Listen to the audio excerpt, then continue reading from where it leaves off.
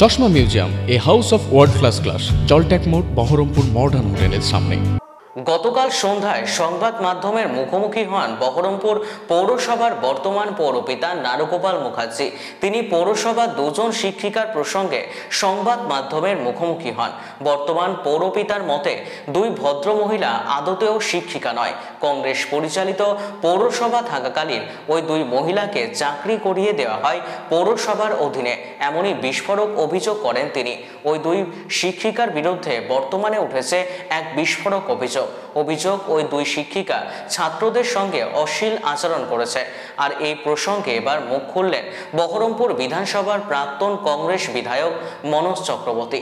শিক্ষিকা শব্দটার মধ্যে বিএড করতে বেশি করতে হয়, রিকুইজিট কোয়ালিফিকেশন করতে হয়। শিক্ষিকার যে স্ট্যাটাস, তারা অ্যাসিস্ট্যান্ট টিচার বা টিচার হিসেবে থাকে। প্রথমে তো আমি সার্ভিস স্ট্যাটাস দেখিয়ে দিলাম। তো শিক্ষিকা বলে নিজেদেরকে তো জাহির করলে হবে না। হ্যাঁ, তারা মহিলা, আমরা তাদেরকে সম্মান করি।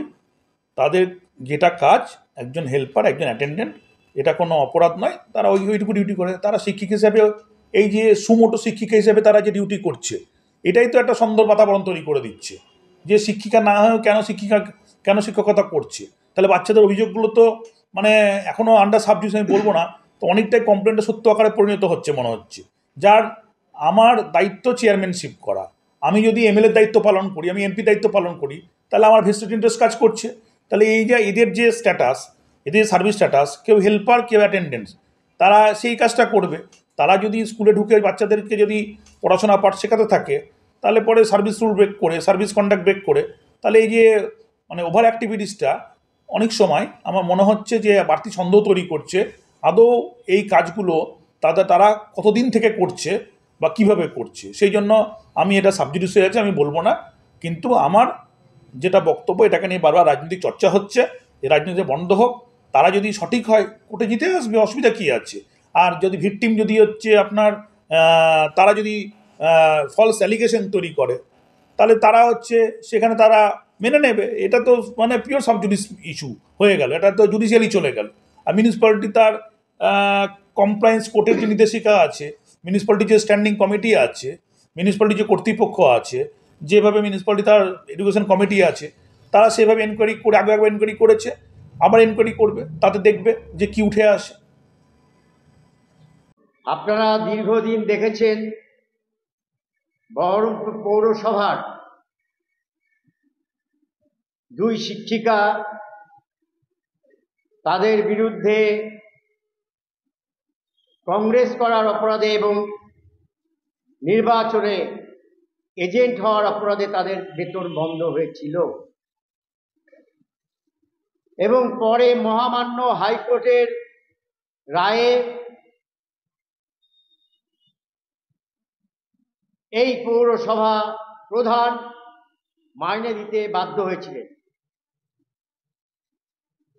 পরবর্তীকালে পরাজয় মানতে না পেরে নির্মমভাবে তাদের বিরুদ্ধে একটি মামলা আবার রুজু হয়েছে পক্সো আইনে। এবং সেখানে পুরপ্রধান কি বলছেন, যে আগেই এই অভিযোগ করেছিলেন, তাহলে তখন ব্যবস্থা নেওয়া হয়নি। যদিও আগেই অভিযোগ করে থাকে, তখন কিন্তু ব্যবস্থা নেওয়া হয়নি। হাইকোর্টে জিতে যাওয়ার পর তারপরে আবার নতুন করে পক্সো আইনে তাদের বিরুদ্ধে মামলা করা হলো। এটা পরিষ্কার বোঝা যাচ্ছে প্রতিহিংসা চাপ দিয়ে। আর আমার ভাবতে লজ্জা লাগে, দুজন মায়ের মতো মহিলা, তারা একজন ছাত্রের বা ছাত্রীর, আমার ভাষায় বলতে লজ্জা লাগছে, তারা মায়ের মতো, তারা তাদের স্টুডেন্টসদের গোপন অঙ্গে দেখাতে বলে। এটা লজ্জার, ভাবা যায় না এত কুৎসিত এবং নিম্ন মানের অভিযোগ উনি বলছেন আগেই দায়ের হচ্ছে, তো আগেই মামলা হয়নি কেন? আগে দায়ের হয়েছিল, মামলা আগে হলো না। মামলায় হেরে যাওয়ার পর আবার নতুন করে তাদের চাপ দিয়ে মামলা করানো হলো। বোঝা যাচ্ছে এর থেকে প্রতিহিংসার রাজনীতি আর কিছু হতে পারে না। তবে একটা কথা আছে, history repeat itself. History have a nasty habit, history repeat itself. ইতিহাস কাউকে ক্ষমা করে না, অন্যায় অবিচার কাউকে ক্ষমা করে না। তারা মামলায় জেতার পর তাদের বিরুদ্ধে নিম্ন স্তরের একটি জঘন্য আচরণের মামলা করা হয়েছে, যা লজ্জাজনক, এবং এটা পৌরসভার পক্ষেও কলঙ্কে। তার কারণ দুজন মাতৃসমা তাদের ছাত্রছাত্রীদের এই ধরনের আচরণ করতে পারে এ ভাবা যায় না, এবং তারা করেননি, কিন্তু তাদেরকে অভিযোগ করা হচ্ছে।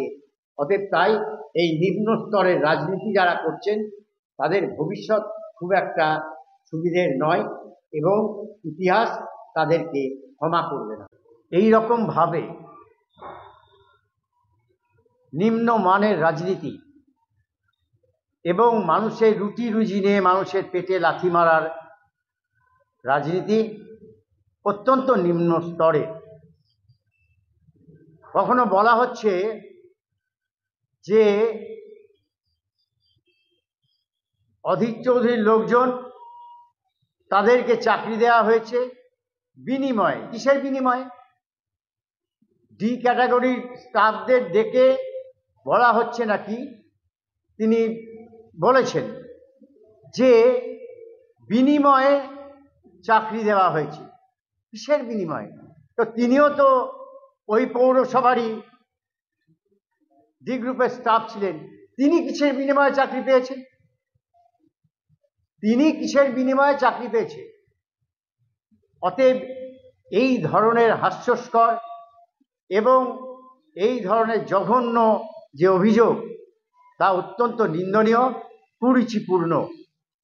অতএব তাই আমি বলতে চাই যে এই ধরনের নিম্ন স্তরের রাজনীতি বন্ধ করুন।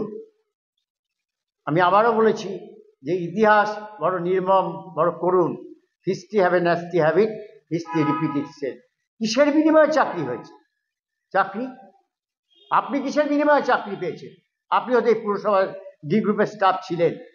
অতএব তাই এই ধরনের নিম্ন রুচি, এবং আমি আবারও বলছি, এই যে তিনি নিজে তার বক্তব্য যে বলেছেন যে আগে এই অভিযোগ ছিল, তো আগে ওই অভিযোগ থাকাকালীন তখন কিন্তু ব্যবস্থা নেওয়া হয়নি। মামলায় হেরে যাওয়ার পর পক্সো আইন তাদেরকে চাপ দিয়ে, এ তো হাস্যস্কর ব্যাপার, এ তো কোর্টে গেলে অবধারিত পরাজয় নিশ্চিত।